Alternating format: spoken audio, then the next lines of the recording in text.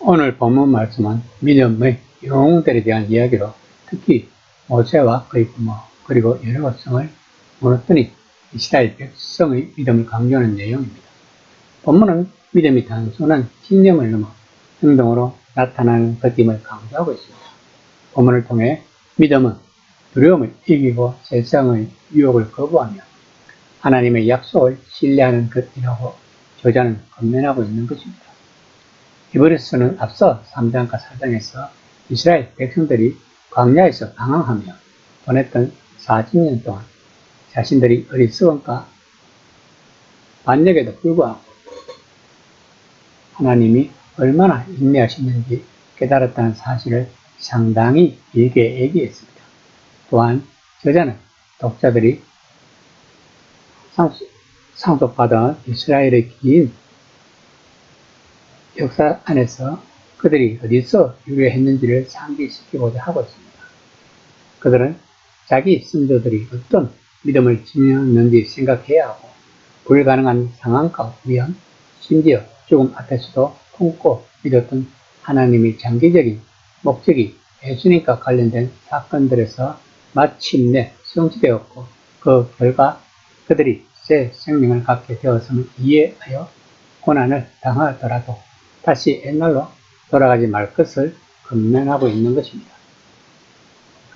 11장 23에서 24절입니다. 믿음으로 모세가 낳았을 때에 그 부모가 아름다운 아이임을 보고 석 달 동안 숨겨 왕의 명령을 무서워하지 아니하였으며 믿음으로 모세는 장성하여 바로의 공주의 아들이라 칭함받기를 거절하고 도리어 하나님의 백성과 함께 고난받기를 잠시 제약의 낙을 누리는 것보다 더 좋아하고 모세는 이스라엘 자손들이 이집트에서 종살이하던 시절에 태어났습니다.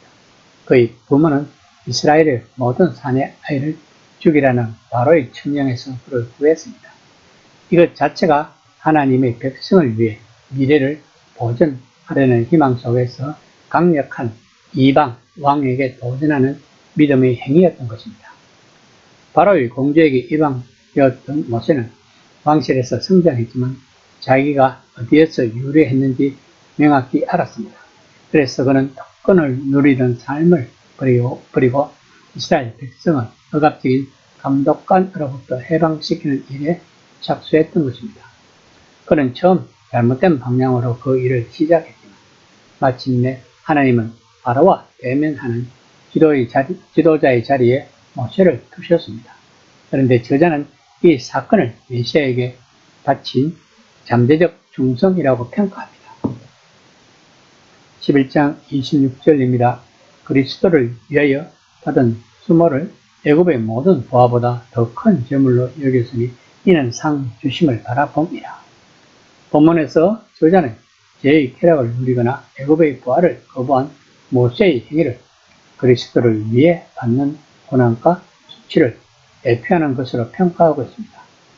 모세는 하나님의 장기적 목적 속에서 참된 왕, 이스라엘과 세상을 모든 종살이에서 마침내 자유롭게 하실 그분이 오실 그때를 내다보았다는 것입니다.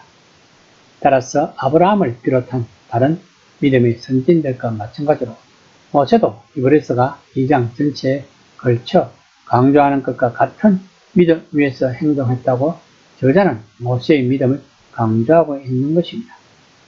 이 같은 믿음은 곧 미래를 바라보고 우리가 혼자의 힘으로 성취할 수 있는 것보다 더 좋은 것임을 하나님이 계획하셨음을 아는 하나님께 대한 믿음인 것입니다.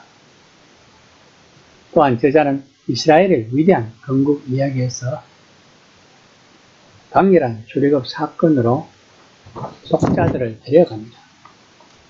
10가지 재앙으로 대참사를 겪은 이집트는 마침내 이스라엘 백성들이 그 나라를 떠나도록 허락했습니다. 이것 자체가 모세 편에서 위대한 믿음의 행동이었던 것입니다. 바로 왕은 성난 상태였고 군대가 그들을 추격해 왔지만 보이지 않는 하나님이 모세의 눈앞에 계셨던 것입니다. 그러므로 믿음으로 모세는 백성들을 자유로 인도했던 것입니다. 11장 28절입니다. 믿음으로 유월절과 피 뿌리는 액식을 정하였으니 이는 장자를 멸하는 자로 그들을 건드리지 않게 하려 한 것이며 이스라엘 백성들이 떠났던 그 밤은 유월절 밤이었습니다. 본문에서 장자를 멸하는 자라고 언급된 죽음의 사자가 이스라엘 백성들의 집은 넘어갔지만 이집트 사람들의 장자들은 죽였던 것입니다. 이브리서는 앞서 피프림이 옛 언약과 새 언약 모두에서 구원을 상징했고 구원을 가져왔다는 사실에 주목했습니다. 이제 저자는 발전된 제사 제도 너머로 헛슬러가서 이스라엘 백성들에게 유월절 어린 양의 피를 자기 집 문지방에 뿌려 표식을 남기도록 명령했던 최초의 구속의 순간을 바라보고 있는 것입니다.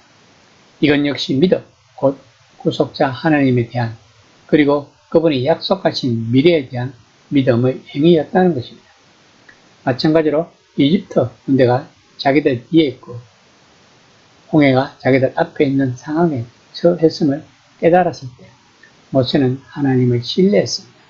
이때 하나님은 마른 땅 위로 바다를 통과하도록 그들을 인도하셨지만 그들의 추적자들은 되돌아오는 파도에 발이 묶이고 말았다는 것입니다. 11장 30에서 31절입니다. 믿음으로 7일 동안 여리고를 도니 성이 무너졌으며 믿음으로 기생 나함은 정탐꾼을 평안히 영접하였으므로 순종하지 아니한 자와 함께 멸망하지 아니하였다. 여호수아와 이스라엘 백성들은 여리고 성읍을 둘러싸고 그 주위를 7번, 나중에는 7째 날에는 하루에 7번 돌았습니다. 물론 이것은 일상적인 군사 공격이 아니었습니다. 여리고는 일반적인 형태의 공격을 견딜 수 있었습니다. 그러므로 이것은 믿음의 행위였고 하나님께 행동하시도록 요청하는 극적인 기도였던 것입니다. 그리고 하나님은 행동하셨습니다. 그 과정에서 한 가정이 여리고 성읍에서 구출되었습니다. 바로 이스라엘의 정탐꾼들에게 그 피처를 마련해주고 이스라엘의 하나님에 대한 두려움이 그 지역 모든 사람들에게 임했음을 전해준 기세 라합의 가정이었습니다. 라합의 믿음은 마태복음 1장 5절에서 예수님의 족보에 언급될 정도로 유명한 이스라엘 지도자들과 어깨를 나란히 한 뜻밖의 여성 영웅이라는 평판을 얻게 되었던 것입니다. 이처럼 저자는 독자들에게 성진들의 믿음의 본을 통해 하나님을 신뢰하고 지금의 고난을 담대히 이겨나갈 것을 권면하고 있는 것입니다. 이 시간 나의 믿음은 과연 하나님을 담대히 신뢰하는 믿음인지 한번 생각해보는 시간이 되었으면 합니다.